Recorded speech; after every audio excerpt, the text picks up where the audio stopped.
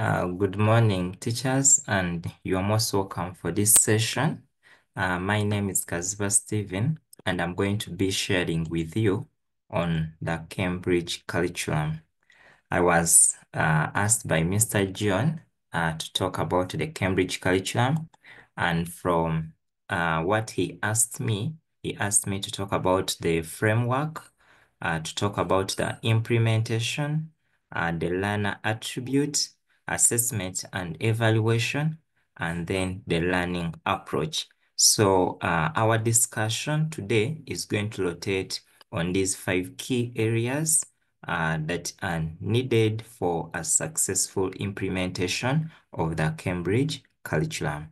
I've been interacting with this curriculum for now 6 years, and I know a little more on what it takes to have this curriculum well implemented.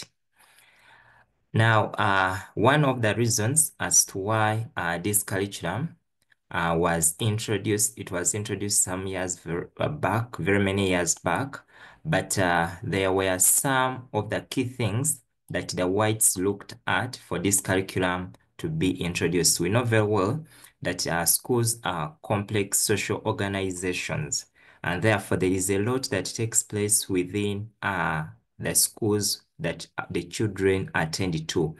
However, in order for us to have all those problems, all those complex problems solved, the whites thought about the Cambridge curriculum that is a bit diverse and very flexible. But with that in mind, they came up with this curriculum that your school has been able to adopt. And today I'm going to dig deep into it such that we can be able to understand and maybe learn something from my experience as a Cambridge tutor. Now, when we talk about the first thing we are going to talk about is what we call the curriculum framework, or what I've called the Cambridge framework. For any curriculum, be it the local curriculum, our Ugandan curriculum, always has a framework. A framework means that document that has been designed to show you what to teach. So a framework contains mainly 3 things. It tells you what to teach, how to teach. So we are going to look at what to teach. What are you going to be teaching, or what have you been teaching? How to teach. Here it will specify which approaches can you use in order for you to teach. So what to teach, how to teach, and how to report the learner's achievement. How are you going to assess? How are you going to find out that these children you are teaching, these children you are taking care of, have learned what you have taught? So a curriculum framework contains the education goals, contains the objectives, the content areas, the strategies, and then the assessment methods and the standards that we follow when we are delivering this curriculum. The curriculum framework for the Cambridge can be obtained from the Google or from the online platforms, but also if you have a school portal, you'll be able to access it, and it gives you the details why we teach this curriculum, how are we supposed to teach it, what are the reasons behind each and every subject that you teach at your school, and how are you supposed to assess and report the achievement of the learner. But also it will tell us that which kind of child are we expecting to model when he or she goes through this kind of curriculum. And that's what we call the curriculum framework, meaning that if we go deep into the curriculum framework, there are certain things that we are going to look at. But what is the Cambridge curriculum? So the Cambridge curriculum was developed by the Cambridge Assessment International Education, and it is basically for children between the ages of 5 to 19 years. It offers high quality education that is intended to prepare the children for both the real world challenges, but also for academic success. So we expect that any child that goes through this kind of curriculum, he is well prepared to meet and solve problems within the society, because it is very rich in content, it is very rich in generic skills, or what we call the 21st century skills, and it is very practical, that for any child or any teacher that teaches this curriculum, he or she cannot remain the same. Now, what are some of the key features of this Cambridge curriculum? Now, the Cambridge curriculum has what you call stages. We are going to be calling them key stages. Now, at your level or at your school level, for us, we are operating under what we call the secondary section. Now, when it comes to the secondary section, now this is, allow me to put here, this is for mainly primary, but now for us, we operate under the secondary side. Now, for the secondary child or for the secondary curriculum, we have two levels, what we call the lower secondary, what we call the upper secondary, and what we call the advanced. Now, if I am to break it into our context, let me use the Uganda context. When you look at lower secondary is like what you have as senior 1 and senior 2. When we talk about upper secondary, is something like S3, S4. When I talk about advanced, that is like S5 and S6 in our Ugandan context. Then, however, in Cambridge, we do not call them classes like S3, S4, S5. Instead, here we look at the years. So when someone is in S6 Cambridge, this one is equivalent to year 13. When someone is in senior 5, this is equivalent to year 12. Someone in senior 4, this is equivalent to year 11. Senior 3, this is equivalent to year 10. Senior 2, okay, let me put senior 2 is equivalent to year 9. And then S1 is equivalent to year 8. So that is how this curriculum is structured in years. So in Uganda, when you hear someone say year 9, it means someone is in senior 2, year 8, senior 1. However, it depends on the school philosophy. Some schools have up to year 6. Yes, some schools go up to year 6, year 7. So there are some schools that have year 7 with them. But at each of these levels, the curriculum is going to be concentrating on a particular thing. So one of the things at the lower secondary, we expect here that here the major areas of concentration for any school are on 3 areas. One is on English, mathematics, and then the science. That is what we concentrate on more when it comes to year 9 and year 8. And at this level, it depends on the school what they want, but some schools do about 7, 8 subjects, or even some can go up to 9, depending on how you want to lay a foundation for the children. However, the serious syllabus or coverage for the secondary will start at what we call year 10 and year 11. And most schools in Uganda that are doing the Cambridge curriculum, they start the Cambridge syllabus seriously when it comes to year 10 and year 11. Because at the end of the year 11, or what you call at upper secondary, children are subjected to exams or to what you call the assessments. So that's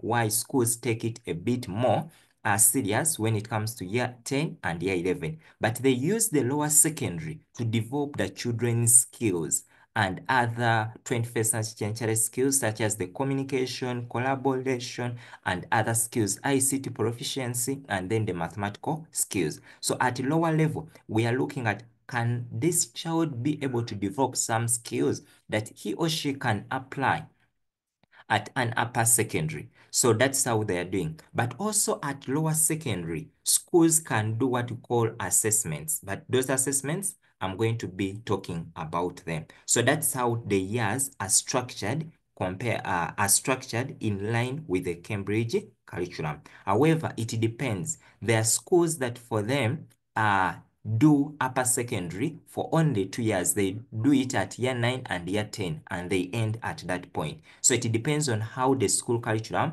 or the curriculum that you really want for the children is going to run. So when you go to some schools outside Uganda, for them you'll find that upper secondary, they consider it as year 9 and year 10. But in our Ugandan context, since we want to match and do not divert a lot from the local curriculum, then that's how we match it in terms of years and in terms of class. So in case a child joins from another school and has joined your school and maybe he was in senior 2, it means that this child can be able to join senior 3. In case the child has been in senior 1 and once, then it means that that child qualifies to be at year at year 9. But at each of these levels, there are certain skills that we shall be expecting from the learner's attribute that the school must be able to deliver such that the child is competent by the time he completes his years in this curriculum.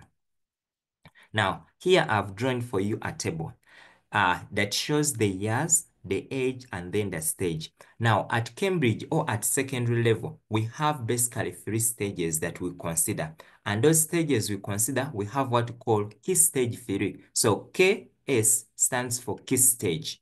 Key stage. So we have key stage 3. So key stage 3 means someone who is in year 7 and year 8. Because at primary, most time in Uganda, we stop at year 6. And after year 6, someone can join the school at year 7. But year 7 are very little kids. They are like the way you see the primary 7 kids. So that's how they join, because at Cambridge, you don't do primary 7. For them, they do year 6. And from year 6, they go on to join year 7. So year 7 qualifies to be at a secondary level for many of the Cambridge schools that we have within the country. And when it comes to key stage 3 will cover year 7, year 8, and year 9. And at this level, we mainly concentrate on building children's skills. So here we look at skills, we look at activities, those things that are going to be supporting that child in order for them to develop the 21st century skills that are going to help this child to develop the cognitive skills, the affective skills, and then the psychomotor skills. So learning is hands-on. The biggest percentage, 80% of it, is more of hands-on skills, such that this child can develop the inquiry skills and other skills that are needed for him to be competitive in the for the next stage that he or she will be going.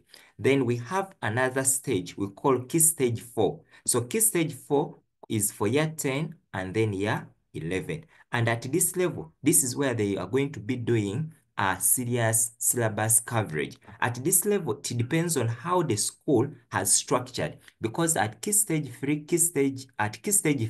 we do not have a specific syllabus that schools are following, but some schools have come up with their own syllabus, mainly to give a foundation. In some schools, we call it the foundation course, that at year 7, year 8, and year 9, they give them foundation courses, or they give them foundation subjects like English, math, because those are compulsory, and then they add on one science. But those subjects that they do, the content, we have some content that is determined by the Cambridge, but many schools now are looking at the content they have at the foundation level. It is linked to what these children are going to cover at year 10. So they look at that interlinking, that once the child has covered year 7, year 8, and year 9, by the time he reaches year 10, he has a good foundation. A case in point, in case it is math, you'll find that at year 7, year 8, and year 9, these children are looking at maybe algebra, fractions, because they are going to find them, those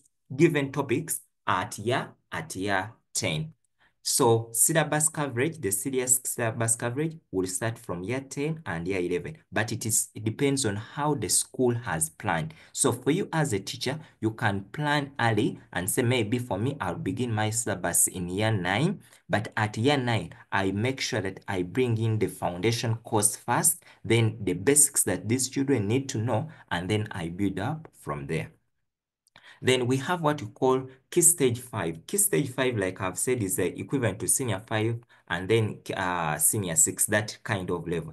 Now at year 12 and year 13, here we have serious syllabus coverage as well. And these syllabi are always available on the school portal, but also Cambridge always sends information about what the schools are supposed to cover.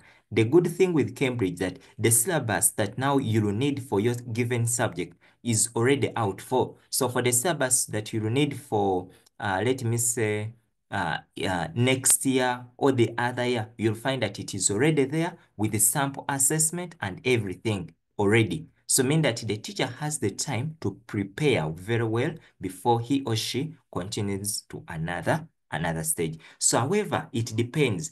we have children that, or we have universities that once someone has year 12, this child qualifies to go to university. So we have in some schools whereby at year 12, some of the children finish year 12 and then they go. But at each of this level here, we shall be doing exams at this level. Then at year 12, also there are exams that children do. At year 13, also we have exams that children do. Now, where is the beauty? The beauty is that at year 12, a child may decide, let me say, in case it is maybe mathematics, you'll find that in case mathematics has about 4 papers, a child may decide to do 2 papers in year 12, and then they do other 2 papers in year 13. So in case maybe it is biology, a child may decide that they are going to do some papers, let me say 2 papers here, and then they do other 2 papers at that level. So children have that choice to do what they want. However, some schools that have noticed that many children, once they finish year 12, for them, they just go to university because that qualification you have already is accepted at university level. So some children decide not to continue to year 13. So what are some schools doing? Some schools now are combining everything. They're saying that each children should sit for exams in year 13. So it depends on how the school is going to do, how you are going to do your dynamics. So at year 13, here a child may decide that all the papers of year 12 and year 13, you do them at once. In case it is mathematics, you find this child doing statistics, doing the mechanics, doing the pure 1 and 2 at the same time. So it depends on what the child really wants and what the school has prepared for. That determines how that child will be assessed at that particular level. So that is all about year 13 and year 12. So that's what we call AS and then A level. So AS is more or less like what we call subsidiary, and then year 13 is the advanced level. Now, what happens at lower secondary? Lower secondary, I've said that this is equivalent to, I'm putting it in the easy language, senior 1, senior 2. But in Cambridge, that is year 8 and year 9. So at lower secondary, children have the opportunity to do what we call a checkpoint. We call it lower secondary checkpoint. Now, these exams that children can do, these exams, we have exams that can be set, that are set by Cambridge, and those ones are mainly done in the months of May and June, or October and November. Those ones, we call them Cambridge Lower Secondary Checkpoint. So in case children want to do, or the parent asks, or when the school wants, those children can do those exams that are going to prepare them for upper secondary. However, schools can also decide to do their own exams, or to set their own exams. So that one, we call it just a progression test that is going to support you to know whether this child is really capable of moving from one level to another. In our Ugandan context, that's what we call end of term exams, end of year exams. So you are free as a school to give these children end of year exams at the end of year 9, such that you can weigh which children are capable of crossing to go to the upper secondary. Now, at upper secondary, I told that at lower secondary, we mainly concentrate on 3 areas: English, mathematics, and then science. But when it comes to upper secondary, we have 5 key technical areas that we look at. We look at the language, we look at humanities and social science, we look at science, mathematics, creative, technical, and vocation. Now, these are the 5 key areas that we look at. Now, these 5 key areas, a child can do a minimum of 5 subjects at this level. A minimum of 5, but the maximum can go even up to 12, depending on the strength of the child. So here, the child has the choice to choose either to do only 5 subjects, or to, as long as on those subjects the child is choosing, there is English as one of the languages. Let me say here, the child must have English on one of the subjects. You can have science. Here, science, you can have biology, chemistry, or physics. Then mathematics must be there. So mathematics, 1 science is compulsory, and then English. However, as a school, you may decide and say that which science can we make compulsory? Because some schools have noticed that if you give the child an opportunity to choose what he or she wants on the science, many of them, they may just go for any. However, some of these science subjects have are so important in real life. Take an example, biology. Every day you find yourself that you need to use the biology. So where I am or where I do teach, for us here, we made biology compulsory. So biology is the compulsory science subject, but Cambridge, it makes it an elective. It is free. A child is free to choose any. But here we made it compulsory, having noticed that biology will cut across in children's life, even in life. You'll find that you need a lot of biology to take care of yourself, to know more about your body and other different things. So meaning that here where I am, a child must do English, biology, and mathematics. Then the other 5, the child has a choice to choose one subject from humanities and one subject from creative, technical, and then the vocation. But the minimum number of subjects that children do for them to be able to obtain a certificate should be 5, but the maximum can be up to 12, 13, depending on the child's ability and strength in the academic world. Then at the end of year 11, what we call our senior 4 in the Ugandan contest, children here in Uganda is what we call the UNEB. They do UNEB. So at Cambridge, they do what we call an International General Certificate of Secondary Education, what we call IGCSE.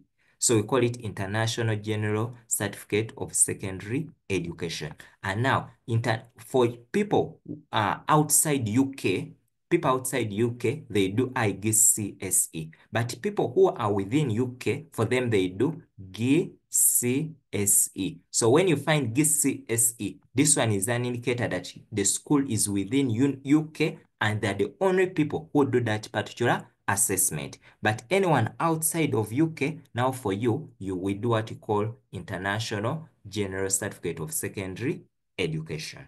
That's what we do at the end of year 11. And these exams always take place.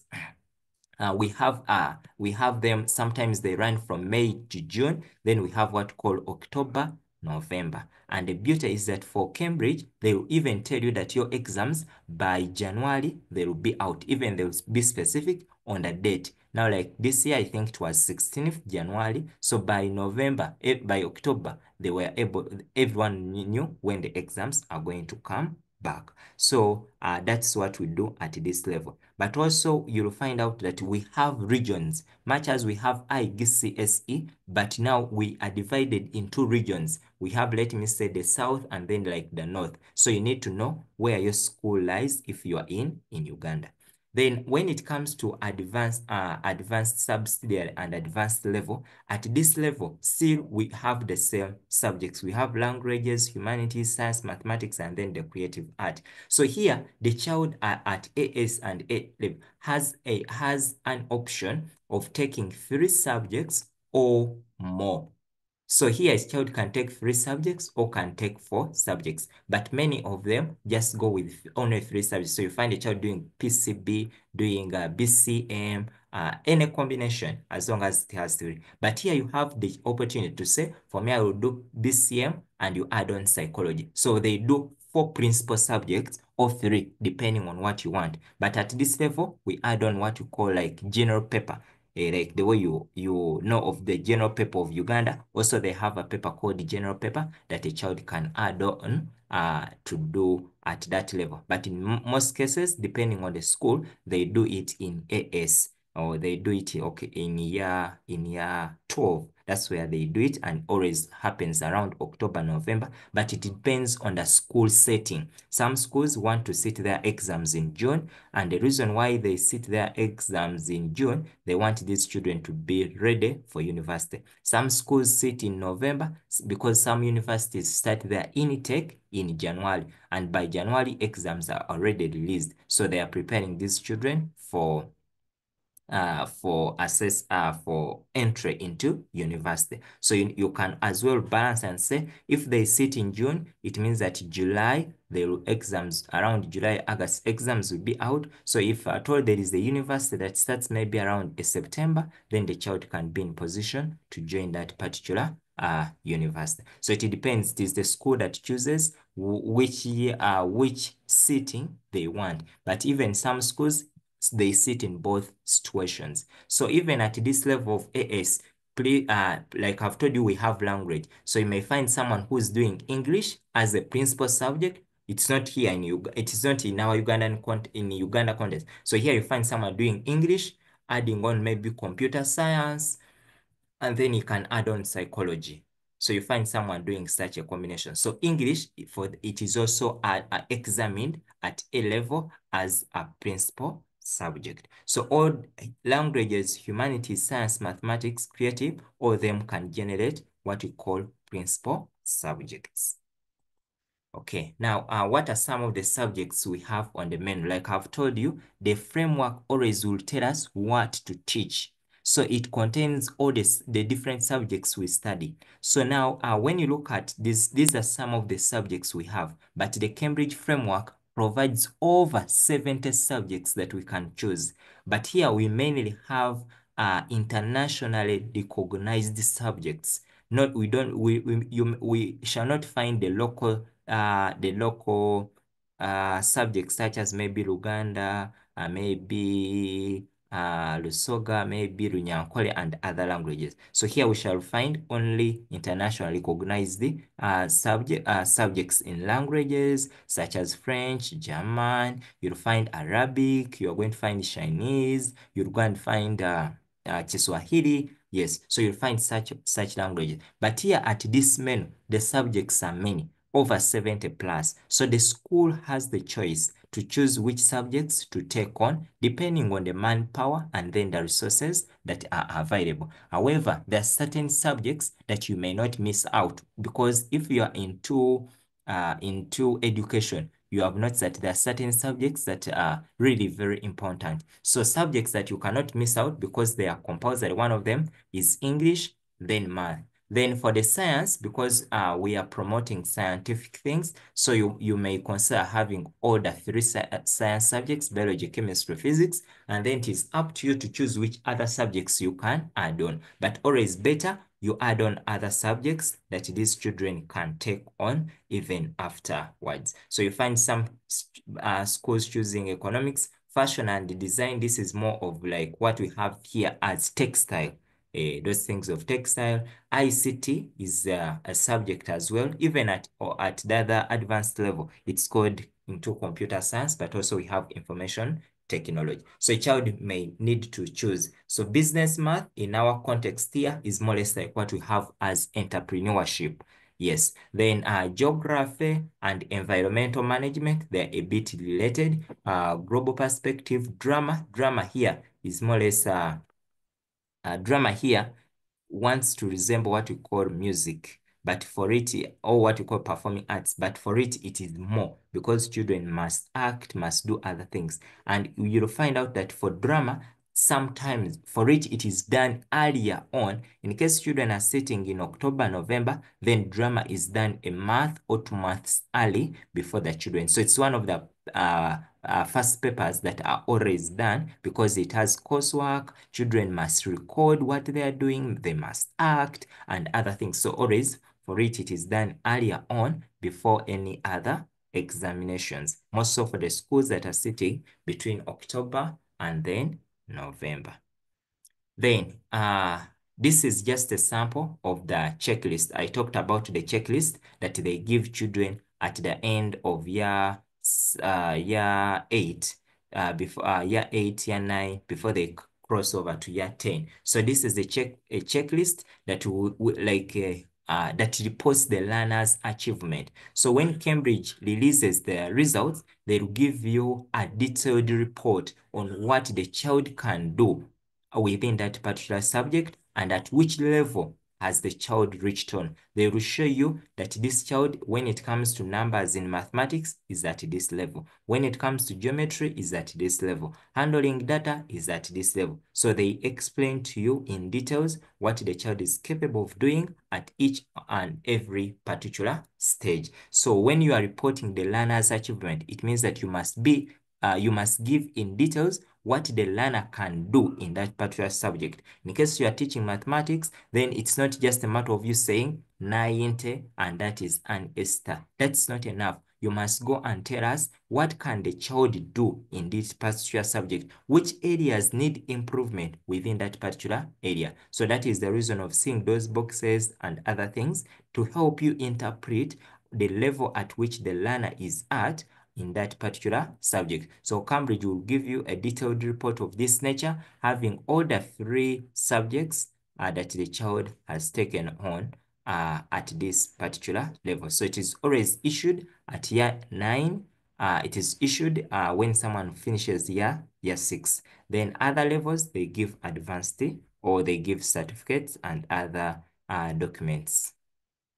Now, what are some of the key features of the IGCSE syllabus? 1, it offers diverse subjects in STEM. STEM, that is science, technology, engineering, and mathematics. It has very many subjects. Like I've told you, it has over 70 subjects that the curriculum is offering, meaning it is very diverse. A child is free or a school is free to choose the subjects menu depending on the resources and other factors within the school setting. Then it has what we call rigorous standards. Yes, it prepares children for higher education, holistic development, flexibility and choice. Here, a child has he can customize the combination to fit what he or she really feels at university, or what he or she wants to do at university. So it is very flexible, and you can do anything you really want, given that the teachers are guiding the children. So these are some of the key features of the IGCSE syllabus. But what are the entry requirements for someone to qualify to be in A level or to sit for A level? As a school, there are certain things you may first look out for. And one of the standards is that that child must have passed at least 5 subjects at O level, or what we call IGCSE level, or year 11. So if the child didn't have those subjects passed, then it means that he or she does not qualify. However, also the minimum grade matters a lot. So a learner needs to have at least a C in the subject, more so when it comes to English and mathematics. So in case a child does not pass English, those compulsory subjects we talked about, English, math, and the science, with at least a C, it means that that child will be asked to repeat that subject. So when a child goes in, let me say, the child can progress to year 12, but then he comes back to do a retake. So Cambridge allows doing a retake. In case the child sits and is not really very happy with the marks, he or she can go back and then he apply, and then he does the particular subject he or she failed. So at A level also, a learner must choose at least 3 subjects, at least 3, so 3 or 4, but not more than 4 subjects can be taken. But the learner chooses a combination that has 3 subjects, because many of the universities just require a learner to have 3 subjects, whereby the 2 are the essential subjects and then 1 is what you call the relevant subjects. But if these children, because as you are guiding them, you need to look at whether these children are going to study within the country or outside the country. In case the children are going to study within our country, then you may advise them to do general paper as one of the subsidiary subjects that they will need in the future for them to be admitted to some particular universities within the country. Okay, then how many years do the children study AS? It is up to them. Some children, if the resources are available and they can decide to do only 1 or 2 papers in year 12, then they wait, they do 1 or 2 in year 13, then they wait, they do 1 or 2 in year after some time, like that. So a child has the choice to repeat any papers and to do a given number of papers for a particular period of time. But however, the years shouldn't be at least beyond 4 years. Now, what is the difference? I know many of you might have already interacted with the syllabus, and you have been seeing core and extended. You have been seeing first language and second language. Since we are dealing with learners with different learning abilities, Cambridge caters for all those learners. So a learner can either do core or a learner can do extended, depending on the learning abilities, depending on the strength that the child has, the passion for what he or she really wants. And what is the difference between core and what we call extended?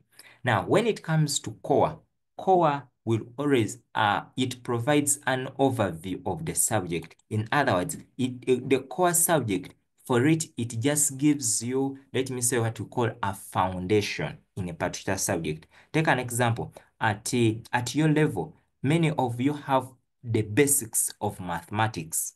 I'm just using that as an example to cater for all the teachers that we have here. So you have just the basics. So core is it just gives you the basics. But when it comes to extended means that they are going to give you the basics, but also they are going to go beyond the basics. So core has a few topics.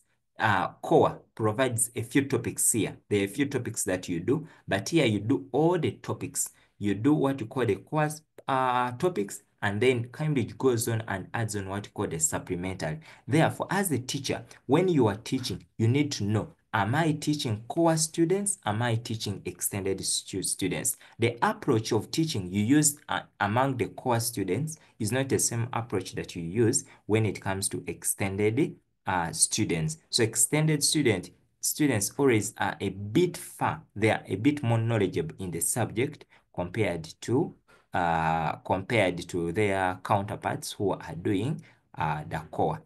Then when it comes to the grade, for someone who has done core, the highest grade you can score is a C, then the smallest is a G. However, when it comes to extended, the highest is an A star, then the lowest is an E. What does it mean? It means that even if a child scores 99, when he or she is doing a core, that child will be given a C. That is the meaning, because he has done just the basics, the foundation. However, for someone who has done extended, once he scores 99, that one is already an A star. In case someone scores a very good mark here, so you need to have the children sensitized and a parent between what core and what extended is. But for someone who has done extended, those subjects he has done at extended level, they will be giving him a foundation to approach a level with a steady mindset. But children who have done core subjects at O level, then it's not advisable for those children to go in for those principal subjects when it comes to A level. Like I've said, that the target audience for core is for children who have special education needs. We have those children that you really look at and you notice that this child may not manage my mathematics, may not manage the physics, the chemistry. So for such children are given core. Then we have what we call extended. Extended is given to those children that are really strong in that particular subject, that you really feel they have the skills to go beyond their comfort. So that is what we call the extended exam. So when even the papers are being set, they set the core and they set the extended. So the teacher, you must be very, very careful to read the syllabus such that you know that when I'm teaching core students, these are the things I have to teach. When I'm teaching extended students, these are the things I need to achieve. Otherwise, you are not supposed to combine the core students combined with the extended children, because the content they cover is a bit different depending on the conditions availed. Okay, so that is briefly about core and then extended. The same thing happens when it comes to first language and when it comes to second language. First language, they are a bit strong compared to the people who are doing the second language. Then we have what we call learner attributes. Now, when we talk about a learner attribute, we are going to ask ourselves, if this child goes through our school, what kind of product do we want to see on the market?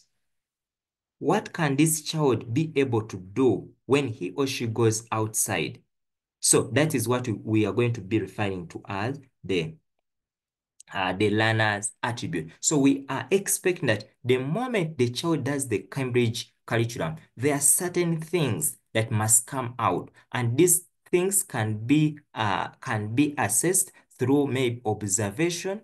Observation can be assessed through the psychomotor domains, or what we call the cognitive domain. So some of the things that we are expecting, they are majorly 5. For anyone who has done the Cambridge curriculum, there are 5 key attributes, or what we call the traits or characteristics, that or features that must come out from this particular child. And it is your duty as a teacher, as a school, to ensure that these children that go through your hands achieve these particular attributes. Otherwise, if they don't achieve them, then it means that these children, they may not perform to the expectation. It means that they have not achieved what the intended goals of doing the Cambridge curriculum. So those 5 things are confident, responsible, reflective, innovative, and engaged. And these attributes, we can achieve them through different ways. We can achieve them through our lessons. We can achieve them through the different things that we do at school, the different activities that are available within our school community. So those are the 5 attributes that any child who has gone through the Cambridge curriculum, he or she must be able to attain. And what are they in details? Now, in the details, we have 2 things. I have compared for you here the learner's attribute and what we expect the teacher. There is no any way you will teach a child to be confident if you as a teacher, you are not confident. To be responsible if you as a teacher, you are not responsible. So one of the attributes is being confident. Being confident means that the ability for the child to be able to work with the information and ideas. The learner who has gone through the Cambridge, we expect them to be very confident, to be able to stand, to be able to come out and talk and communicate. That's what we call the confidence. Still, even the teacher as well, the teacher who is teaching the Cambridge curriculum, we expect this teacher to be very confident in the teaching and delivering of the subject matter, of the different subjects that we are teaching. So the teacher is able to seek the understanding of the different education needs. Then we expect a learner to be very responsible and respectful to the community. Recently, even the Cambridge is integrating in the environmental properties, or what we call the climate action into the curriculum. So we expect that children are more responsible, but as well, the teachers are more responsible and respectful to others. It can be the environment, it can be the community, it can be to the school rules and other things. Because because remember that children copy exactly what they see the teachers are doing. Monkey see, monkey do. What you as a teacher you do is what the child is going to do. So one way in which we can have these skills inculcated into these learners, it means that it is through seeing what we do as teachers. So many of the things you do as a teacher, it is going to reflect in the behavior of the children that go through your hands. So we say that we want someone who is very responsible. Therefore, it means that you as a teacher also, you be very responsible, such that the learner will copy the characters that you are displaying when you are within the school environment. When a learner sees you that as a teacher, maybe you dress smartly, children will also be able to copy exactly what you're doing. When they see that you are respecting people, also they will respect. So slowly, you will see that those features can come out from the children. Then number 3 is what we call reflection. Many times for a learner to be able to attain or to retain what he or she has learned, it means that he needs that time to reflect on how the day has gone. But how can we achieve the reflective or the reflection?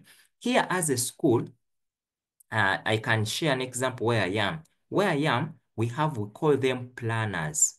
Now, a planner is just a small book that contains, it has a day, it has a timetable, it has a reflection point, and then the activities and other things. So every day as a must, children have time for reflection. They have 30 minutes every day in the morning, and it's the first thing they do.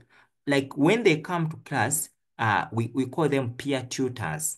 That as or class teacher in our context in Uganda, we call them class teachers. So they come, they sit with the class teacher, but they first reflect on how their day went, and they plan for their day, the following day or that particular day, the activities. Then they start reflecting on the different activities that they had, what they can do better, and how they can improve. So that's what we call the reflective nature, because through that reflection, the learner is able to develop other skills, is able to learn how can I plan, is able to know more about him or herself. Therefore, as a teacher as well, you need to develop what you call the reflective aspect. That after teaching this particular lesson, I must sit down and I reflect, how has the lesson gone? That the lesson maybe went on well, the learner did not disturb me, I was able to do all my activities as planned. So you reflect on how your lesson has gone. It's because through that reflection, there are certain things that you come to learn more, and you keep on making improvement. But if you are a teacher who doesn't reflect, it means that if you maybe, God forbid, you make a mistake in this lesson, you'll repeat the same mistake in the other lesson, the same mistake, the same mistake. So you'll find that that same mistake is being carried forward. If you can remember very well, in the schools that some of us went through, you'll notice that teachers might have had notes that had mistakes, but you would find that that mistake has been passed on from one generation to another, because teachers didn't have time to reflect and look through what they're giving these children. So through the reflection, you are able to know more a lot on what you are teaching, how you can improve yourself, but also the children that are into your hands. So each of these key aspects as a school, you must look at how are you going to bring it out. How are you going to support the learners to be reflective? So I've told you that here we use the planners. How are you going to make them more responsible? Here you can say we are going to have a leadership course. Our learners will be leaders. So you make sure that you create as many posts as possible to see that everyone has somewhere he or she can learn. If you want them to be confident, what are you going to do? It means that the lessons that you are going to design as a teacher, they should be very interactive to allow these learners to come in front of the other fellow children to discuss, to be able to come out to share their ideas. So through that, it means that they are going to gain their confidence as time goes on. Then the other aspect is what we call the innovative nature. Innovation is an aspect that it has come out that the learner can create new things or able to add on what is already existing. Now, innovation, still as a school or as a teacher in your particular subject, you need to see how can that aspect of innovation come out, because once you solve a problem that has been unfamiliar, it means that you are becoming innovative. So here you can introduce some programs at school. Let me say a digital festival. You can maybe digital day. You can say innovative day, such that these learners can keep on creating and solving problems within the society. But you as a teacher as well, we expect that someone who's teaching the Cambridge curriculum is innovative also enough. By innovation here, we are looking at how are you able to improve the skills that you have? How are you able to solve the problem? How are you able to create, to experiment in case you are going in for this particular lesson? How are you going to be more innovative that here, let me use this approach. Here, let me use this approach. Be it even using the what? Technology. Yes, because let me use technology as my example to show innovation. When you look at the technology we have, there is a lot we can do. We can come up with innovative things, but the only challenge we have that many times as teachers, we stop at one level. In technology development, we have, I don't know whether you have heard of what we call the Samara model. Samara model. Many of us, we stop at only what the lower level. Samara model is organized in this form. We have S, we have A, we have M, and R. So A is the lowest level, which means substitution. So whenever you stop at the first level substitution, that I'm going to class, as long as I have a projector, I'm innovative, I'm creative. No, that is not enough. You are still at a lower level. If it is in learning, it means you are still at primary level. But now, if we can move on, instead of just you being at the substitution level, you move on to argumentation level, modification level, and then the redefinition level. So we need to look at how can we move from where we are and then we improve ourselves to go to the next level, such that we are very imaginative, we are very flexible, we are very resourceful. So you need also to be creative and innovative, such that at least in each and every lesson you go in, children can see a change. That this time round, the teacher was using a projector. The other time, he came with another model. The other time, you came with something different. So that kind of creativity, it helps you to be more innovative, and even your lessons will be more engaging.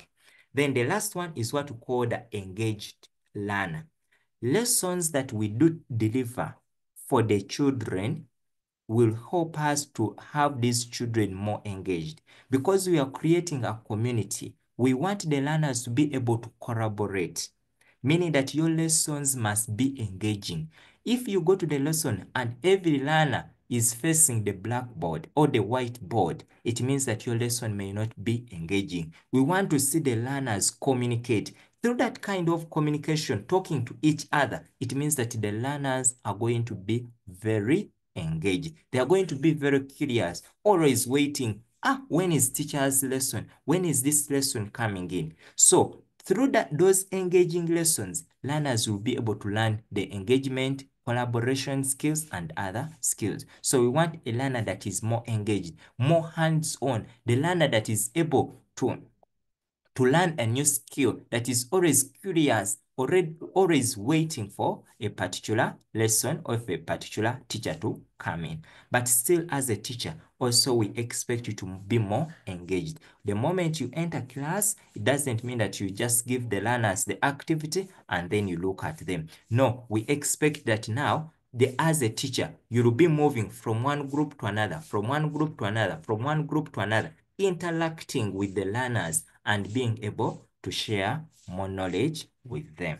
So that is what you call the learner attribute, but as well what you call the teacher's attributes in the curriculum. So we expect learners to be more confident, responsible, reflective, innovative, and very engaged. But like I've told you, now engagement, here we can develop what you call group work. That once the learners are coming in for your lesson, you give them a lot of group work such that they can be more engaged. You give them a lot of hands-on activities such that they can be more engaged. You give them a lot of driving questions such that they can be more engaged. So you need to look out for any lesson. Are you going to engage the learners? Is it going to be about innovation, reflective, responsible, confident? So you look out for which activity is going to be helping this child or is going to be helping you as a teacher to develop these particular attributes. And once the learner attains those attributes, it means that the learner would have attained the competence that the Cambridge curriculum is aiming at. Okay. in the teaching and learning, these are some of the categories when it comes to the 21st century skills. So the ways of thinking, ways of working, tools for working and living the world. Once we have these ones also integrated in our teaching and learning, it means that the learners will be supported to achieve the different attributes that the Cambridge curriculum is looking at. Okay. Allow me, I'm going to skip this, the different domains, and then I look at the learning approach. Now, when we talk about the learning approach, we are looking at as a teacher, as a school, how are we going to engage these learners? How are we going to deliver? How are we going to implement the curriculum such that our learners enjoy the learning, such that our learners leave this school that they will never forget the experiences that they went through or that they attained? Now, when you look at the pictures, I'm going to show you different pictures such that they can support you when you are designing. So when you look at this, you are not saying that I'm bringing out the different attributes. When you look at the first picture here, when you look at the first picture, I don't know whether someone can unmute and you tell us, when you look at the attributes we are looking at, which attribute do you think we are trying to attain in the first picture? Then I have the second picture. In case someone can unmute and share with us, so much the better. For first one or second one, which attribute do you think we are looking at in those pictures? Or which attribute do you think the teacher who is teaching that particular lesson is bringing out?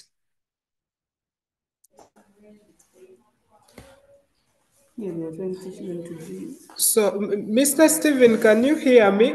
Yes, I can hear you. Me, I would concentrate on the first one, that is innovation. Very good. Thank you so much. That is very true. Okay, yes. So here we are looking at innovation. I know very soon you are going to have those sensors, you are going to have robotics. Yes, Teacher Andrew? Yes, thank you, Mr. Stephen. Looking at picture two, I'm seeing that attribute of engagement or being engaged. Very good. And that is true, Teacher Andrew. Yes. So now such activities are the ones that we expect schools or to expect you to have in your lesson, such that you bring out the different the different things. Many times when you go in lessons and you give them work, you give them notes, you give them this, they will always forget. But these things they engage in, because you can see when the teachers themselves are engaged in picture two, it means that it will stay with the learner and he or she will keep on learning.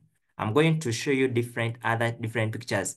Even when you look at these pictures, you're seeing that the teacher is engaged with the learners. The teacher is able to show them everything. So this is how we expect that any lesson you are preparing, it should be you are very engaged.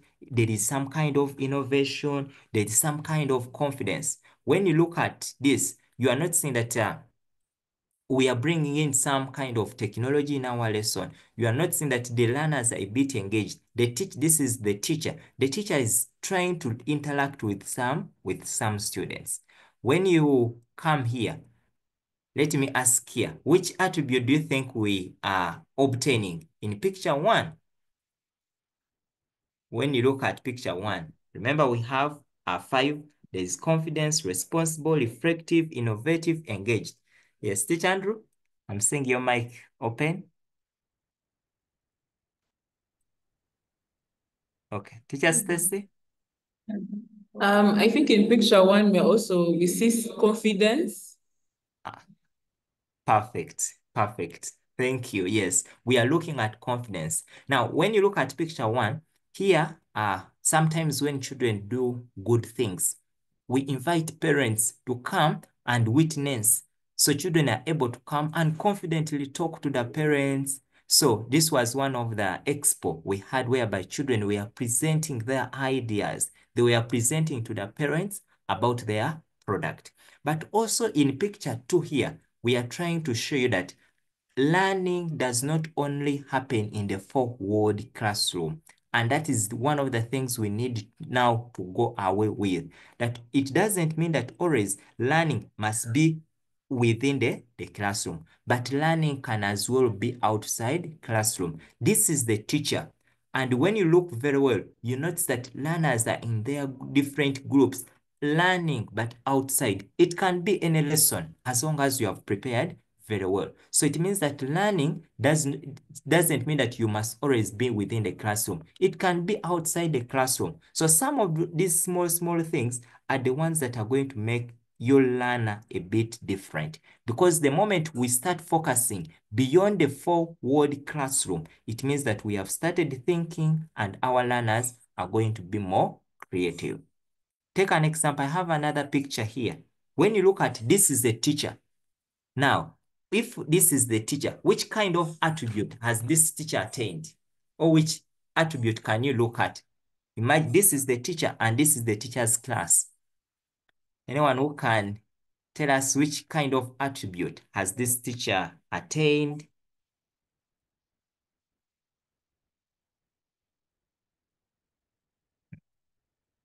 Okay, so when you look at this kind of teacher, you are noticing that this teacher has gone beyond. He has gone beyond the normal things that we have kept on doing of just showing them, but now the learners can as well be able to touch. Because once they come in for the lesson, they are going to study about ICT. They can even be able to touch and see each and every equipment that this teacher has. Yes, thank you, Janet. Janet has said that there is innovation. Yes, this teacher is very innovative, he's very creative. It means that he has dismantled the computer such that the learners can be able to, so they are going to be able to engage with these things, to touch, but also there's a lot of creativity. Okay, this is for that side of the teacher. When you look at the classroom, because learning, now these children here you are noticing, these are the babies I told that some schools have year 6, year 7 in their schools. So when you look here, we are bringing in some kind of technology. A classroom of a Cambridge school is totally different from a classroom of these local or other schools. I want you to observe very well. You will notice that there is a lot of color. And when you go into psychology, they will always tell you that color has some kind of relation with the functioning of the brain. So when you look at very many of the good classroom, it means that you shouldn't only look at the black or the white colors, but try to bring in other colors that can be able to stimulate these children to think and also enjoy what they are learning. So the way it means that as a teacher, the way you design your class, the way you're going to arrange, it will stimulate children to learn. So in psychology, they will tell us that color impacts the brain. How they feel, what they're able to remember. So it is a stimulus for the brain because 80% of our sensory impressions come from our visual system. So it means that once we have colors, different colors in the design of our classroom, the learners can be able to retain a lot. So that's why you need now, even in your book that the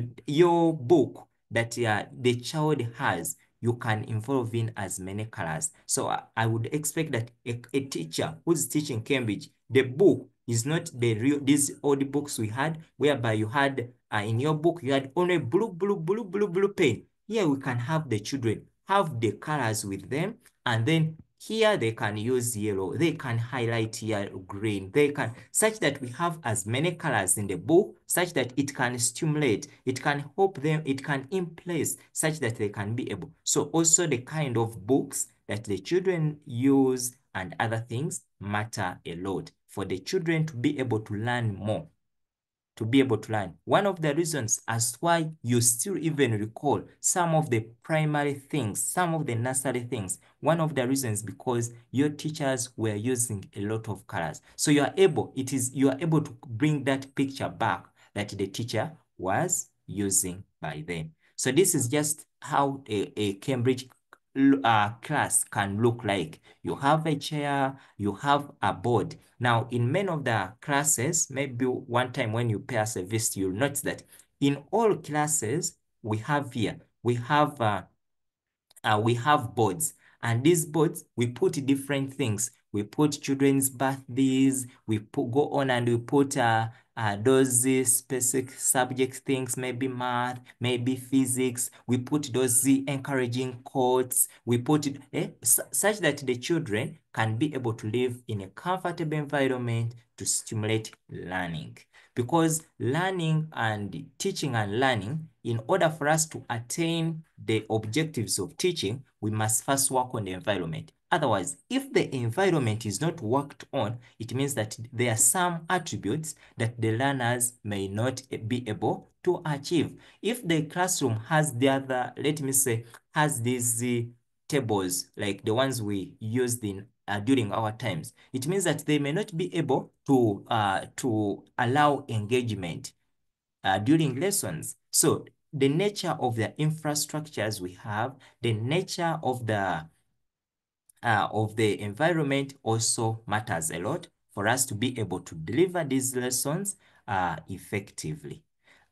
When you look here, still you are noticing I'm showing you engagement, because like we have said that the curriculum goes beyond. This curriculum goes beyond. It's not only about but also other skills that the children can be able to attain. So when you look at this picture, you are noticing that these children, they were having a hands-on, they are studying about ICT. So the teacher had to open the system, the case system, such that the children, when you look at the second picture, you are seeing these children in the baking. So they are able, this was a baking class. So they were learning more skills. So as a school, you may ask, as a teacher, which other skill, which other vocational skill can I add on this child? So it can be in your philosophy as a school or as a teacher to go beyond. Because a case in point, for me, when I'm teaching mathematics and I'm teaching maybe about ratios, we go in for a baking lesson and I show them that today we are going to do the baking. And what I show them how the different ingredients, how they are measured, and how we can apply ratios. So I tell them that now here, in case I want to make to bake one cake, these are the ingredients that we need. Now, what about when you want to bake 15? How much of each shall we need? So you'll find out that now we are applying the real life knowledge, relating it to what we learn in school or what we are teaching in math. But if you are just going to teach ratios without showing them the real life application, then it means that you have not supported them.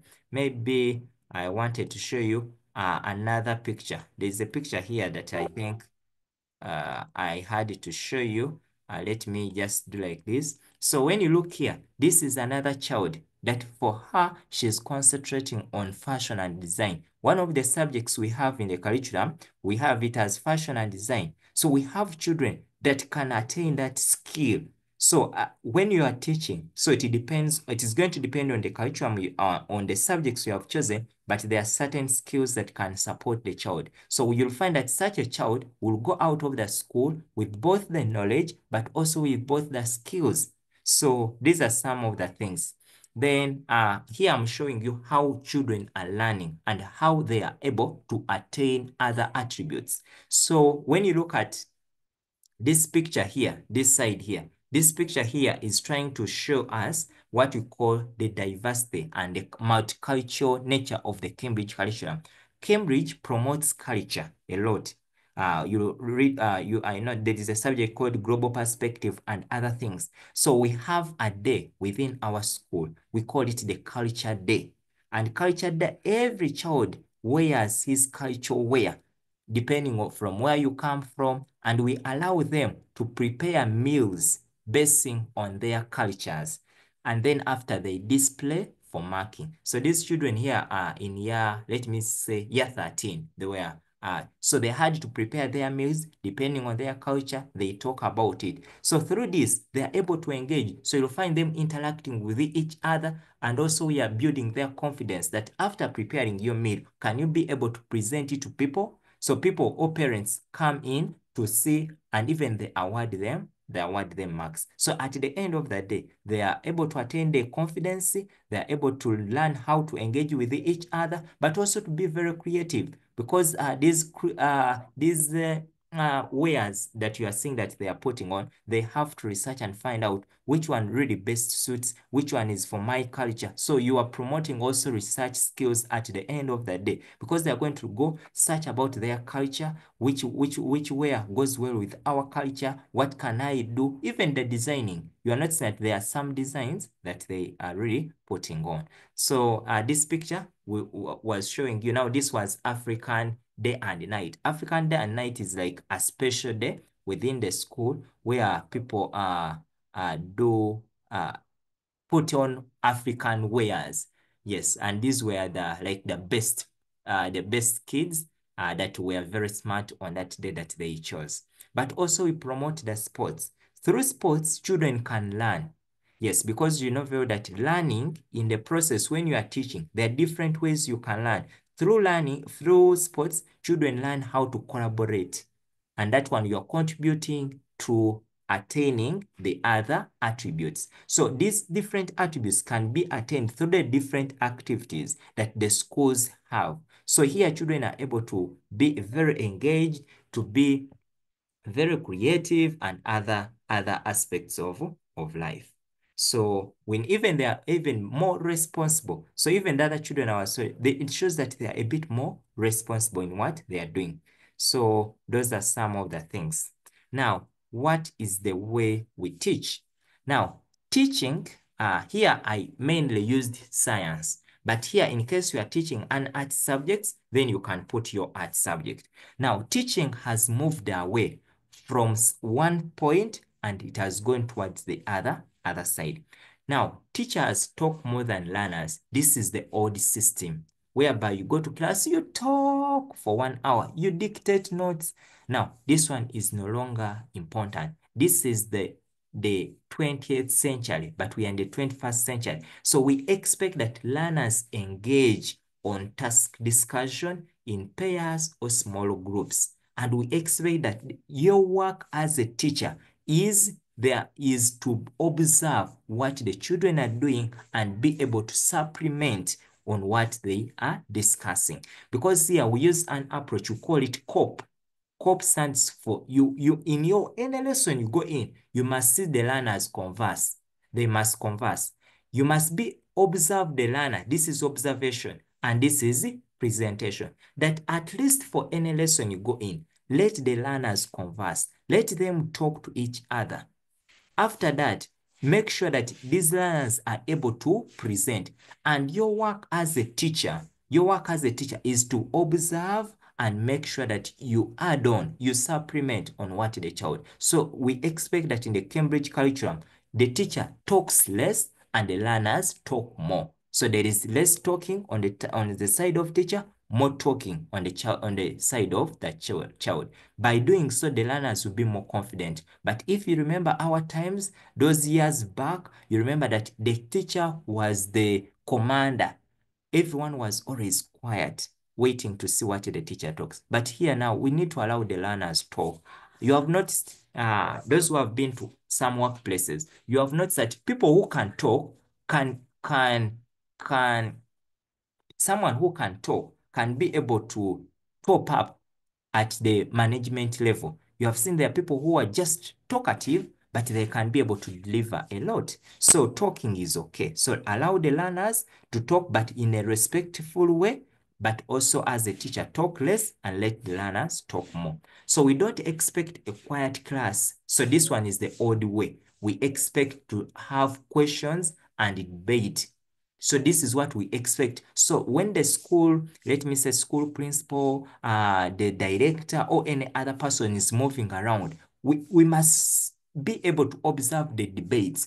People, learners questioning themselves, but not to find a class that is very quiet as if they have gone in for a retreat. So we expect to see a balanced environment where there is questioning and where there is debating. So in fact, sometimes I tell myself or my learners or the teachers that a good child is not the one who is always giving answers, but a good child is one who asks questions. It means that if you go to a class whereby any question you are asking, the learners are just giving you answers, it means that those children are not good and you are not supporting them. And also there is a problem with the approach you are using to teach them. So you have to go back and reflect.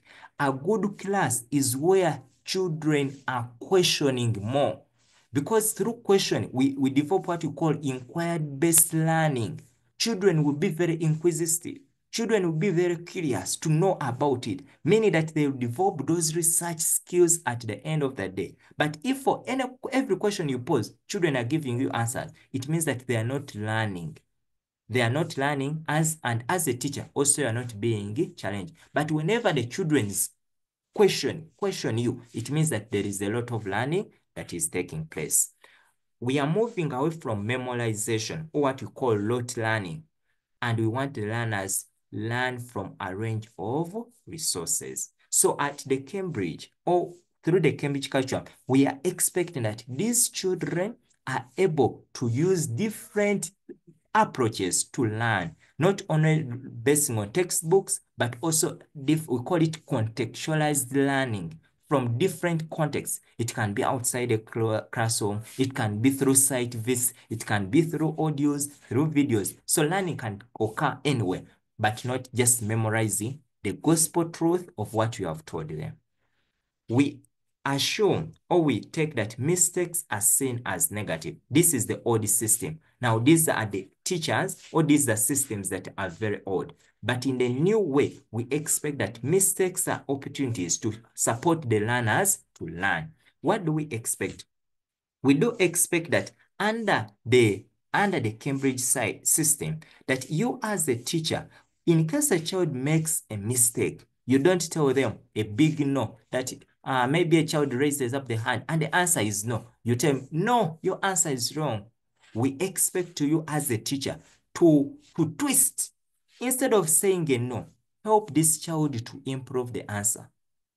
Give that positive comment. You say, maybe John, you were on track. However, we can improve the answer a bit more by maybe doing this and this. Or can you think about it? Yes, someone to support him, but we don't expect those big no's because that one demotivates the children. Because if you notice in our old times, you would find that the children who were giving answers at one point no longer give answers because you as a teacher, you demotivated them with the comments that you are giving.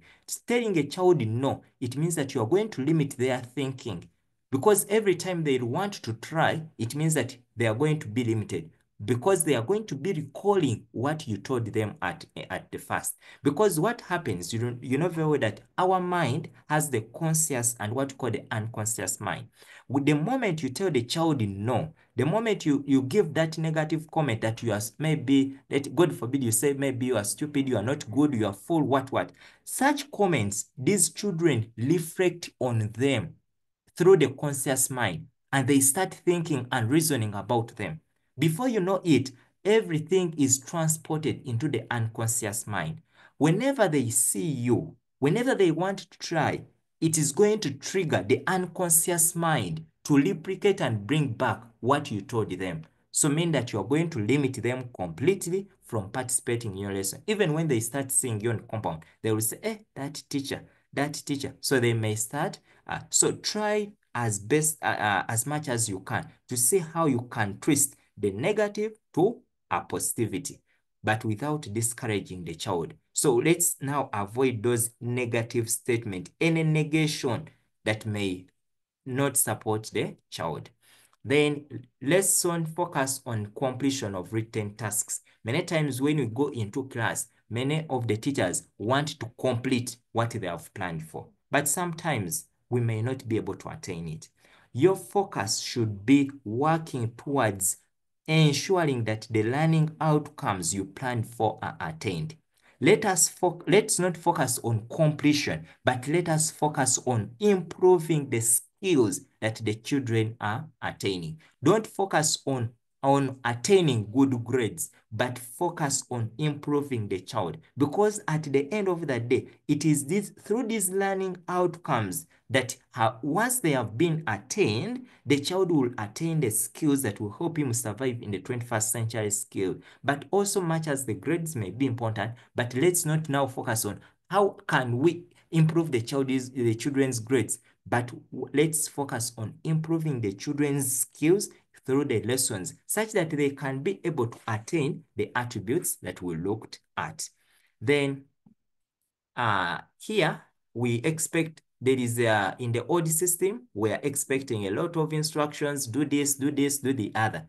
But because we are saying that here in the new way, we expect that teachers talk with learners to confirm understanding and support. So you do not take yourself as the alpha and omega, because the learners are more exposed in this world. Learners are very exposed. So you as a teacher, you must be supportive to them such that they can be able to attain and learn more. Otherwise, for you, what you know now within you, it is enough. But now we must make the children learn more. So in fact, we call it mastering the game. Yes, your duty as the teacher is to support the child master the game. Because for you know the game already. You know how to calculate, you know your physics, you know your chemistry, history, you know it already. But your task is, how can you support the child to master the game? The moment the child masters the game, it means you have done your duty very well. But once the child doesn't master the game, it means that there is something you have really not done that needs to help the child. So I will ask you that for whatever lesson you are doing, in order for us to be able to attain the attributes, it means that there is a lot we need to integrate within our lessons. So during those lessons, let the learners discover, let them explore, let them apply, and do things that will help them or that will be supportive to attainment of the attributes.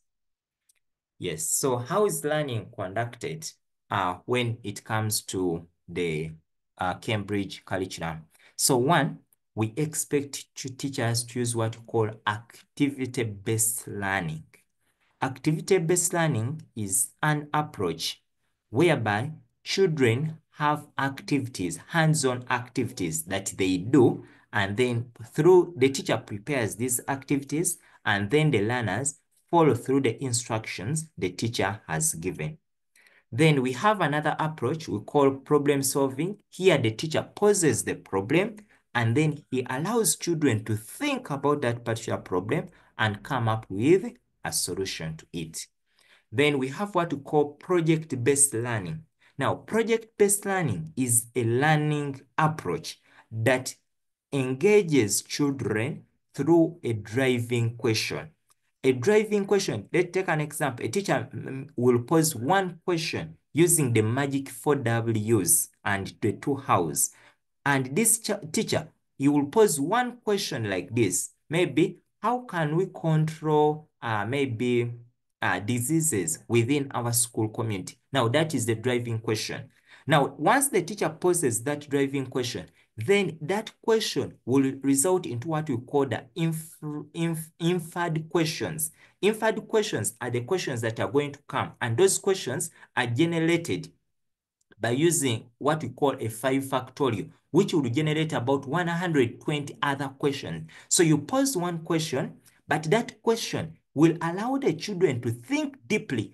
They will ask, what are the diseases what are diseases? What are the common diseases within our community? How can we control them? What brings about? Now, those are what we call the inferred question. So one question like this will help children to think deeply about the different areas within that subject that you want them to discover. That's what we call the project-based learning. And at the end of the day, they come up with a solution to the problem. Even they can they can have a model of a prototype that can be used to solve a problem within the community. Then we have what we call integration of knowledge and experience.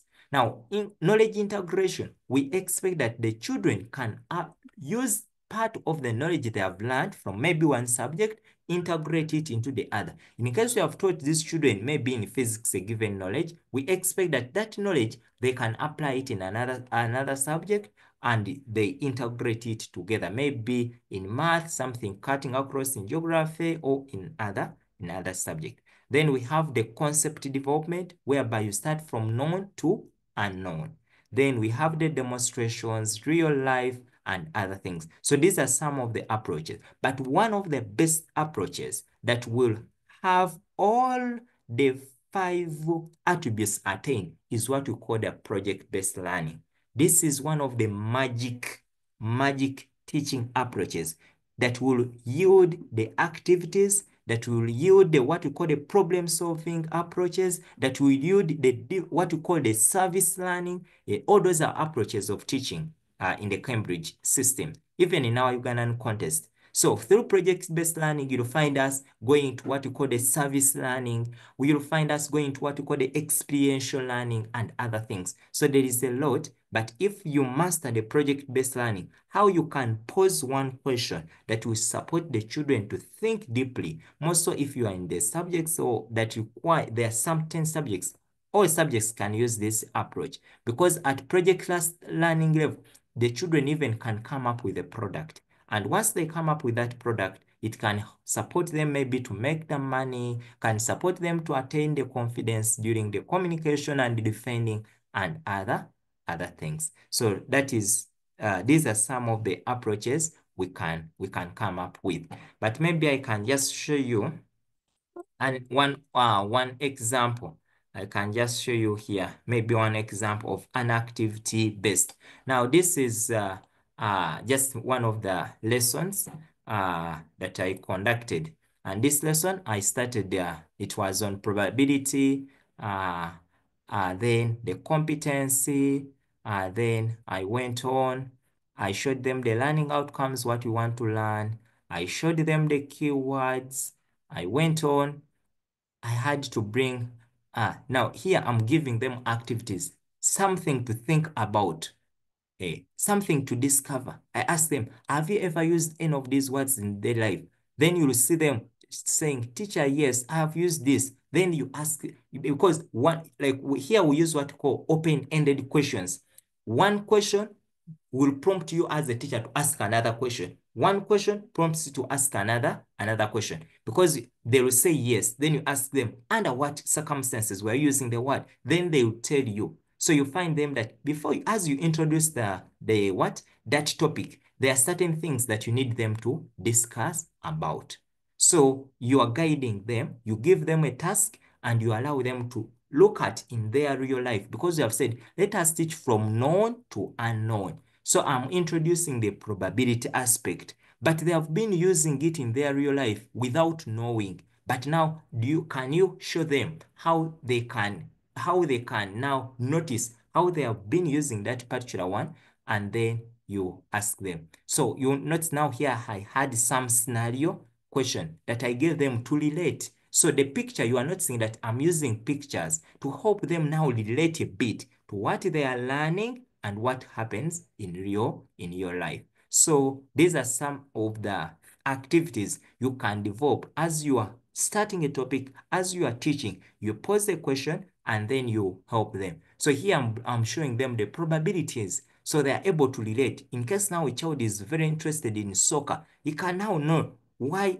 is it sometimes your VAR that they use? Why is it that sometimes they cross the goal? Why is it that sometimes they accept it? At what percentage do they accept it? At what percentage or probability do they disallow it? So you are able to show them the real life thing where their knowledge is going to be used and how they can. So you can notice that I'm bringing different contexts, but looking at one, because they have not yet dived into the topic, but they are now able to relate to what they are learning and what they are going to find in the topic. So now you try to bring different activities to support them learn and master the game, because your duty as a teacher is to support the children master the game. So this was just an example that I was showing you how I develop my activity-based lessons before I go in for the lesson. So they are able to see what really happens. And in many of these lessons, sometimes even I put for them, we call them, word puzzles. We can spend some time on just one word puzzle.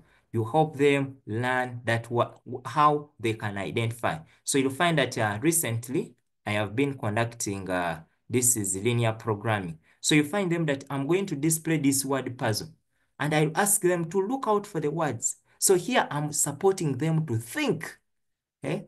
There is some skill that I want them to develop. The research skill, that critical thinking to think, because they may not be normal words here. They are so hidden. So you find them that they are there thinking about how to identify those different words. So at the end of that day, it might look like an easy activity, but you are supporting them to think. Because you remember, even the Cambridge curriculum emphasizes critical thinking. So these are some of the approaches you can use to support these children to learn how to think, but also to be able to deliver an impactful lesson that these children will live to remember. Because if you remember very well, there are certain lessons in your life you remember. It might be that one lesson that a teacher took you to the laboratory. It might be that lesson that the teacher came with mangoes. It can be that lesson that the teacher came with something. And the only thing you remember. One of the reasons why we remember a lot of primary things, it is because teachers were using project-based learning. At primary level, teachers use the project-based learning approach, but many times you don't remember. You see them coming with their things, their drums. So you find yourself remembering many of the things at primary level because it was hands-on, you were making your baskets and other things. So try to look out for what is it that I can do to help support this particular child. Okay, these are some of the approaches we can use to implement. Then how do we give feedback? Because he asked me also to talk about the feedback, I think, and evaluation. Now, what are the different types of feedback? One, we have the grading approach of using A, B, C, D, E. But that one has what we call little impact or negative. So you have not created a lot, because in life is a bit balanced.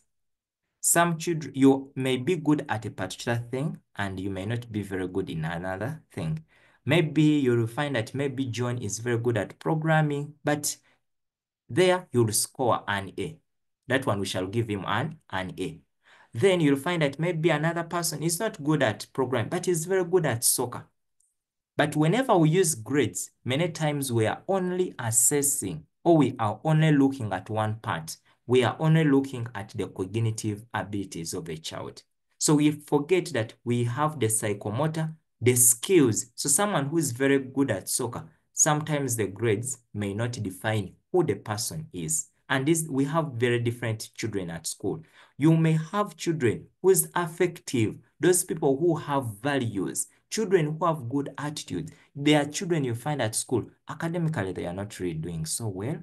But when you look at how they handle themselves, how they handle school property, how they greet you on compound, you will appreciate that really this is a disciplined child, much as academically is not so strong. Now, we want that when you are reporting, you are giving feedback to the stakeholder. You appreciate whatever effort, however small it is, back to the parent. Report, tell the parent that much as here, the child has not done well, but at least there is an improvement here and there. So you are able to make sure that there is at least an impact. So then some of us add grade and comment. Still, this is little impact. Some of you just put a comment. Still, that is a positive impact. But the best is have a comment and have an action. So that is what creates strong positive impact. So when you are giving feedback, when you are evaluating this child, do not only stop at you put the grade, but what else can the child do? What areas does this child need to improve? I do believe that any comment the teacher writes or gives that is not more than 100 words, it's not impactful. It may not help the child, because when you are commenting and giving feedback, you must tell us what can the child do from what you have taught this child. Which areas has the child done well? Which areas need improvement? What can the child do in order for him to improve? So all those aspects must be captured during the presentation of what you are doing. Maybe I will share with you a sample. I don't know whether I have a report, but allow me, I think I can check. I can check here and maybe I share with you how you can do your reporting, how you can look at how people are doing the reporting, or how we are going to be reporting after giving an assessment. How do you report? Which kind of reporting do you give to these children? Yes, maybe okay, I can use any. So the way you write your comment also matters a lot. Yeah, it matters a lot. So I can just give, hope I'll get here one. Okay, I'm going to just use just one person, no problem. So when you look at this child, so you can notice that much as I know our parents, many of our parents are interested in our grades, put their grades, but also go on and comment in a good way. You can notice that this child said that this term has seen Adam Boyster improve maybe on his vocabulary by studying test study. So you tell the parent what you have been studying, what the child can do, and what it is. So you make sure that the reporting, the way you are reporting, you give a good comment that will support the child. What have you been doing in that particular area? So this is just a sample on how we do the reporting. So this is how we do the reporting when it comes to the Cambridge side. But when you look here under year 9, you notice that here we are doing quite a number of subjects because they have not yet chosen. But once they reach, I think I'm going to show you later on that once they reach a given point, then those subjects are reduced. In year 10, they reduce the subjects and then they are able to continue. Okay, so that was just an example. But still, under teaching, allow me also to share with you what are some of the resources that you can use to have impactful lessons. Yes, so I know after this session, you can search about what we call EON. Now, EON has a number of experiences that can support you as a teacher during the delivery of your lessons. Now, these sessions, so this is my EON account.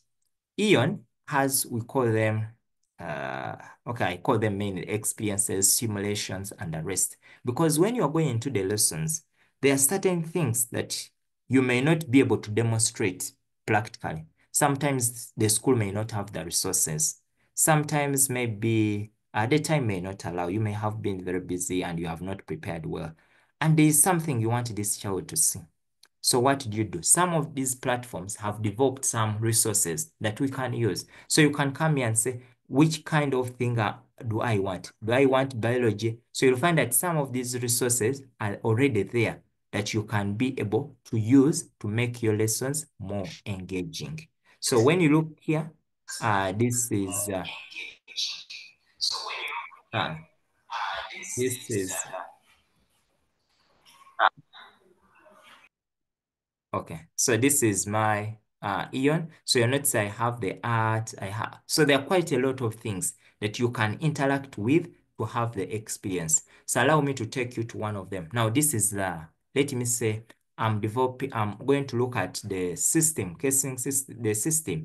So in case this is a system, here in Eon, these systems are developed in 3Ds or 2Ds, depending. So you can open it and then the child sees every part inside that system.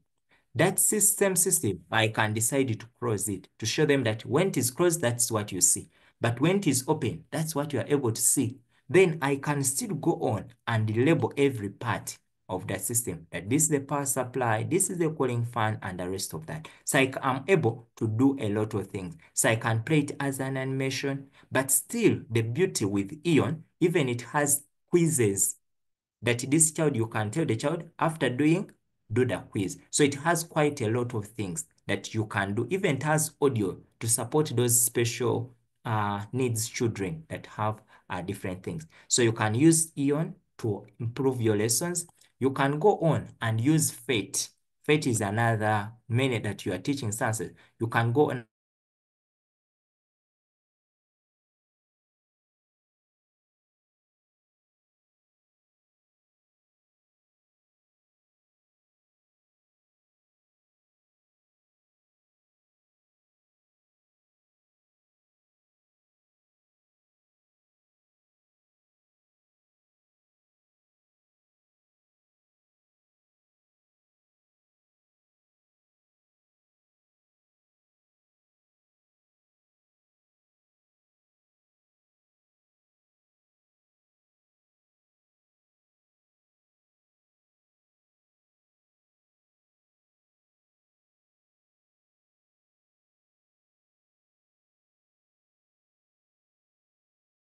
off. I don't know whether I was here by the time I dropped off. Oh, okay, so I was still talking about this. So this is Fate. So as a teacher, you can come here and then you have the learners interact with this. So this is the experiment. So you can show them what happens when the object is placed here. What about before the focal length? What about verify? So you are able to interact. They are able to interact. Then another tool we can use is what we call quizzes. Quizzes is another tool that we can use to engage our children in the different things. Now, quizzes, you can use it to create assessment, quick assessments to help the children. This is an objective type of thing. So let me say I'm teaching about mappings and relations. I will come here. In fact, some of these things are already generated for you. Your task for you, what you do, you just come here, you start the you start the quiz, and then the learners, you put the question, and then the learners join, and then you play the quizzes. So this is another tool. I may not show you, I may not play it, but I'm just showing you some of the tools you can use. So if you don't want to use quizzes, there are other things that you can use. But also, I'm not sure whether you have a school portal already. In case the school has a portal already for Cambridge. Now, if you are a math teacher, you are whatever subject you teach, what you do, this is my portal, but maybe I can open another portal. I can open it. So you have an account. This is my account. What I'm going to do, since I want Cambridge IGCS, in case I want AS, I come here. So this is for O level, this is for A level. In case I want this, I'll come here. Once I come here, I look for my subject that I teach math. So I go to M, M. So I continue placing up to when I reach my M. This is M. M is here. Now the code, our mathematics is 0580. So I'll check there, I'll click there. Now, the moment I come there, I am able to see everything within mathematics. I have the resources. Cambridge gives you the resources you can use to make your lessons better. But also, it can help you to set an assessment quickly. Now, quickly here, you come, you say, find out more. When I come here, I'm going to check that which assessments can I be able to set, that I am a biology teacher, business, chemistry, math, addition, physics. For you are already sorted. There is no need to you to waste time to set tests. So you'll come here and say, set for me, I get started. So you come here. The moment you come here, you're going to go to the home page. Now, you will select which topic you want to set about. That in case this was, let me show you how to set a new paper. In case I'm setting a new paper, I'll come and say it is mathematics, biology. Okay, let me just set maybe biology or any paper you want. Now, when I say I'm setting biology, I'll place there. Then I come, which topics have I covered? That maybe I've covered molecules. So I'll come under molecules. So I'll see different questions on molecules. And now these questions have been generated from the exams these children have been doing for years. So I'll come and say, add it for me this, put for me this question, put for me this, put for me this. I'll tell it, put for me this, put for me this. I'll come, I tell it, put for me this, put for me this. You choose the way you want. Then afterwards, you tell it, in case you want to edit, edit. In case you don't want, there's no problem. Then you tell it save. Then you'll come here and say, this is my biology test on biological molecules. Now, after that, I have saved. I'll save my thing. After saving, I'm going to come here and say edit and export. Now, in case I want to export the test, even it will put for you the questions, how many the marks, and how many topics you have been. I'll say export as a PDF. Now, I'll export it. It's going to download itself. After exporting it, even the marking scheme, it will be given to you. Hope you can see the marking scheme here. So even the marking scheme, you will come here and say, also download for me the marking scheme. So it will give you the paper and it will give you the marking scheme. So your work as a teacher now is really little. So you'll find that the marking scheme has been given is here. So when you are marking, you'll come, you look at the point and the guidance, that those are the answers children should give, and those are the thing. You look at even the paper. I think the paper is still downloading. Yeah. So that's how you can set these papers quickly. You do your assessment. You don't need a lot of time because since we are still in the learning process, we can first start with this. But also, when you go to the portal and you look at your subjects, these are our subjects. One thing I want us to pay attention to is the syllabus book, because always this syllabus book is updated year in, year out. So for the people who are teaching mathematics, starting this year to 2027, the syllabus changed. So you need to come here and look at the new syllabus. How does it look like? Which things have been eliminated? Which things have been added? So you check out that this is a syllabus. You read it carefully, read everything. So you'll find that even they are going to be reminding you which attributes must a Cambridge child have. Then you read it through, even they'll guide you. They'll guide you on the different things, how they can support you, what you need to teach.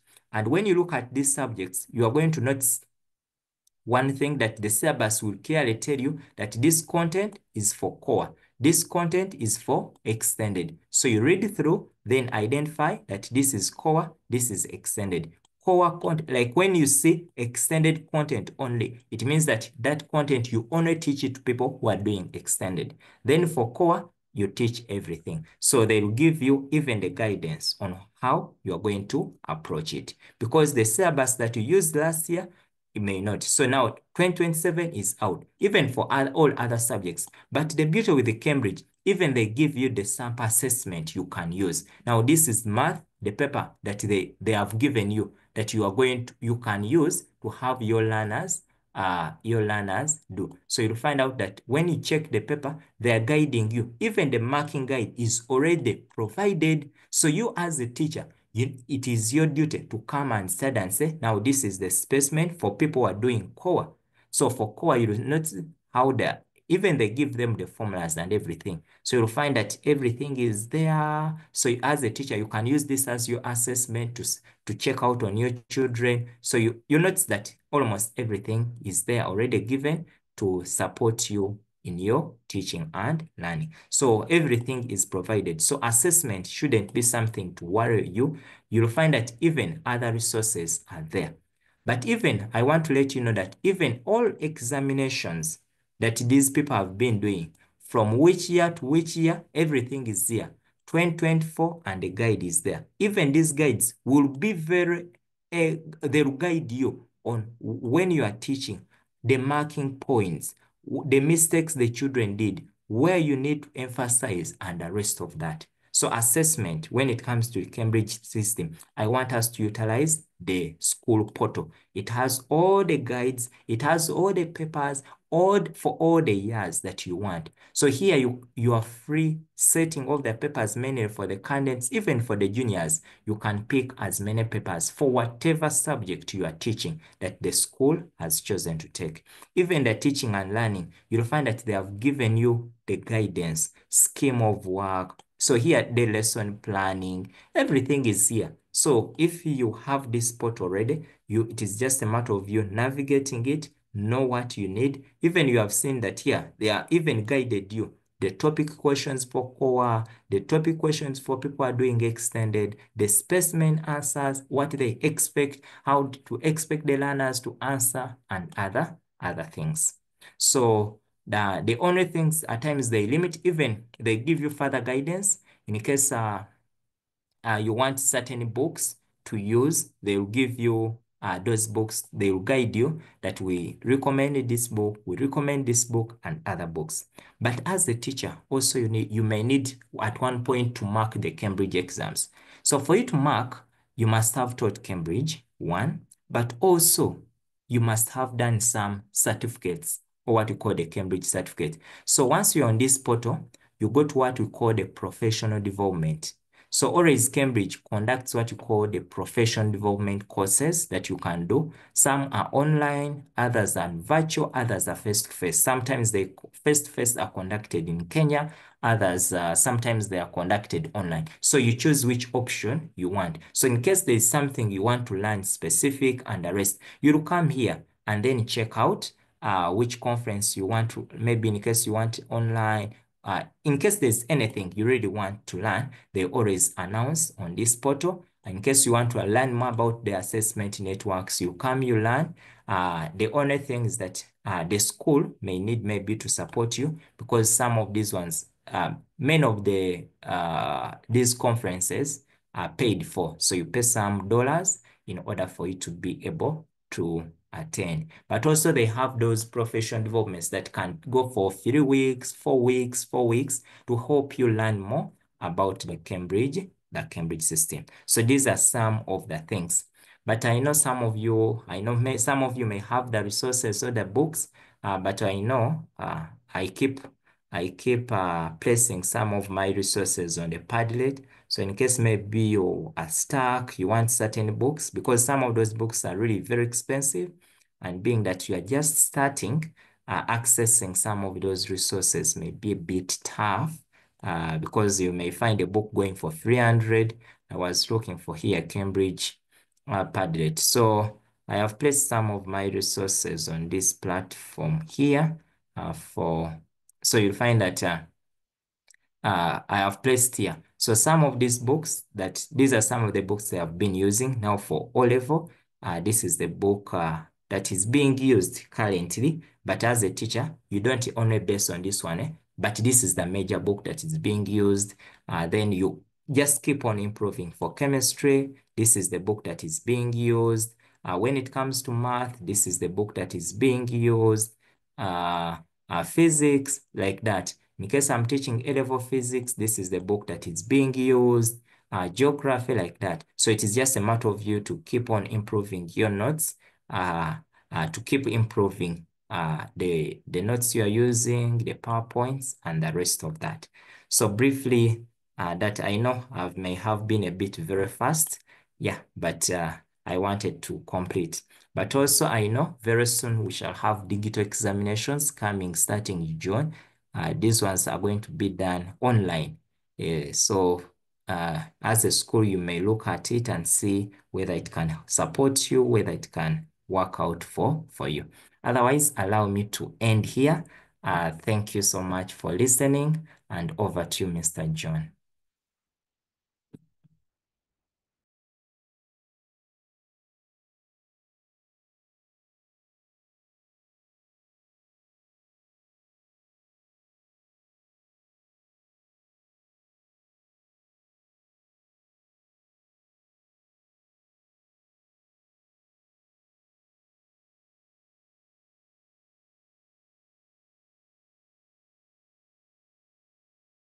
Mr. John, you're muted.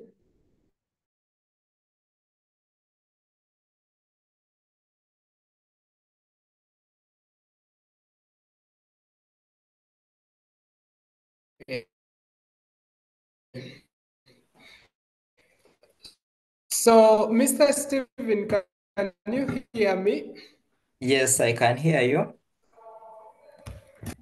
Okay, so we want to appreciate a lot. Before I conclude, I would like to request the teachers, those who have questions can first ask you, then I will conclude later. In like 5 minutes, those who have questions, you can unmute and ask Mr. Stephen. I have a question. Yes, teacher Stacy. Thank you so much, Mr. Stephen, for the training. It was very, very, very, very, very helpful. My question is, beginning of this year, we got new students in year 8, but our academic year runs from August to June. And so because now they've joined, essentially they've joined in term 2, do we operate a separate academic year basing on entry? Do they just go on at the end of June and move on to year 9 when the new academic year starts? Like, what's the, If I- how do we go about that when we have students coming in at different times of the term? Because it's, yeah. Okay, thank you so much, Teacher Stacy. Now, I would advise one, you first make an assessment on how those children are doing from the academic perspective. Like when you weigh them and check on the products you have already in year 9, and you try to weigh them, maybe when you give them an assessment, where are they? In case you feel they can fit in year 9, it is okay for you to just continue with them in year 9. But in case you feel they are not yet at your level, basing on the school level, then better they repeat year 8.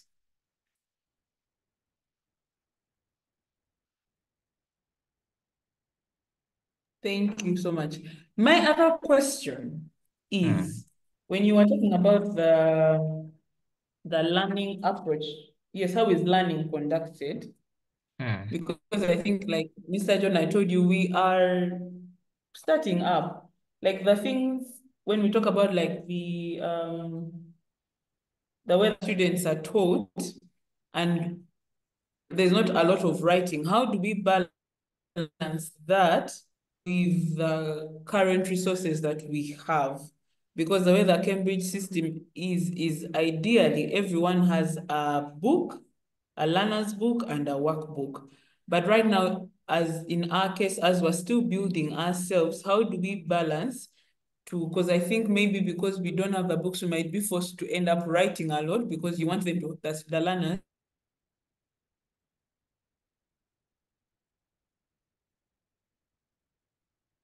Okay, thank you. Now, maybe what I can recommend for that, to minimize on the writing, we can have workbooks. I know there are some workbooks that have been photocopied, some have been scanned. So we can utilize those that we have because surely they are very expensive. But I know I have some soft copies that may be, in case the school has a printer, the children can pay some money, maybe around 10 or 15. Then, like you print for them the workbooks and then they utilize them. So as a teacher, then once you go to the class, you just help them to supplement on what they have within the workbook, but also they can have a book, a small book where they write. Because much as we want them to make their own notes, as a teacher, you must be guiding them on what to write basing on the textbooks that you have. So I have some books, maybe I will share with Mr. John the link where you can access some of those books, mainly the ones I've showed you. And I know some may have, I think I will check out for some workbooks for some subjects.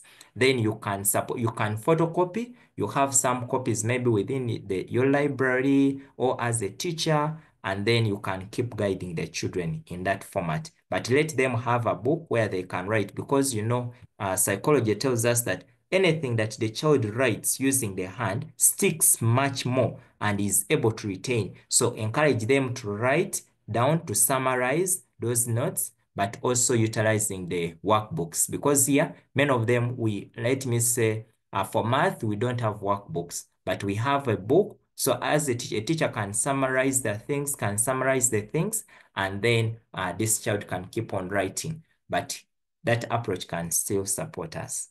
I do submit. Thank you so much.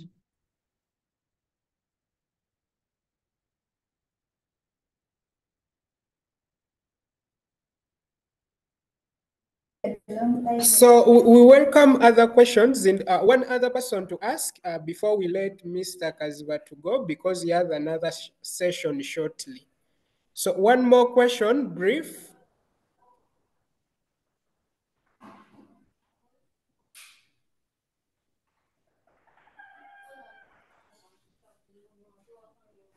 Hello. So is one more question before we conclude. Hello. Yes, Mr. Andrew? Yes, yes, Thank you Mr. Andrew, for you the asked. presentation. I would like to ask whether Sorry if I is can it possible getting ICT notes on website authorizing. Okay, I didn't pick that question. Whether ICT? Whether it is possible getting some notes on website authorizing. On website? Authorizing. Authorizing, eh? Authorizing. Authorizing, eh? Yes. Yes. I don't know. Are you having this book here? Are you seeing my screen? This book here, do you have it? I'm not yet seeing the screen. I've seen it, but I don't think whether it's there. I'm not seeing it yet. Oh, because this is the major one we are using for ICT, so it can support you to generate, like the moment you open it, you can be able to get those notes that you may want. So just go, it's about 439 pages. So I know that topic you want about website is somewhere.